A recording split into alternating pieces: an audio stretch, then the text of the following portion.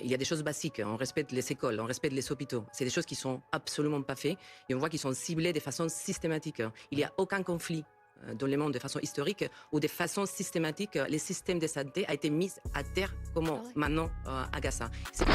Elena Ranchal démonte la propagande du porte-parole de l'occupation israélienne. Alors que le bilan officiel des civils palestiniens tués à Gaza dépasse les 17 700 morts dont 7 000 enfants, le porte-parole de l'occupation israélienne francophone Olivier Rafovix affirme sur BFM TV que Tsahal cible aucunement les civils à Gaza.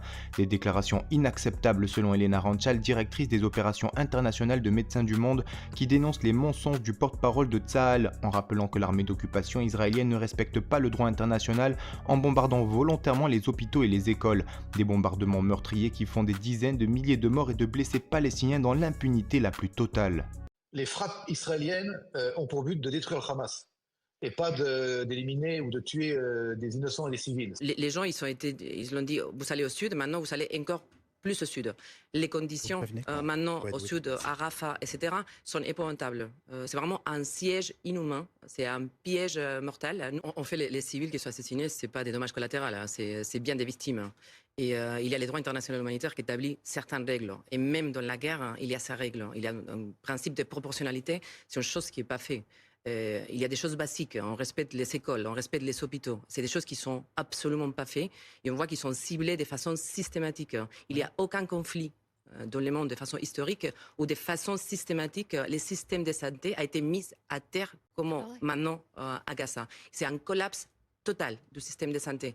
Et malheureusement, maintenant on parle de 16 000 morts. La compte va être beaucoup plus lourde à la fin, beaucoup plus lourde. Pour ça qu'il disait notre collègue des Médecins sans frontières sur tous les morts qui ne sont pas comptabilisés, parce que ce n'est pas seulement les victimes des bombardements, mais c'est tous les gens qui n'ont pas accès à la santé. Nous, par exemple, avant-hier, on a eu un collègue, s'avait déplacé de Gaza City, Ben Younes. Il était réfugié dans une école qui a été bombardée. Il a été blessé, il a dû aller à l'hôpital. Il a mis énormément de temps pour pouvoir arriver à l'hôpital parce que c'était pas possible d'arriver, parce qu'il y a effectivement il y a aucun endroit safe à Gaza.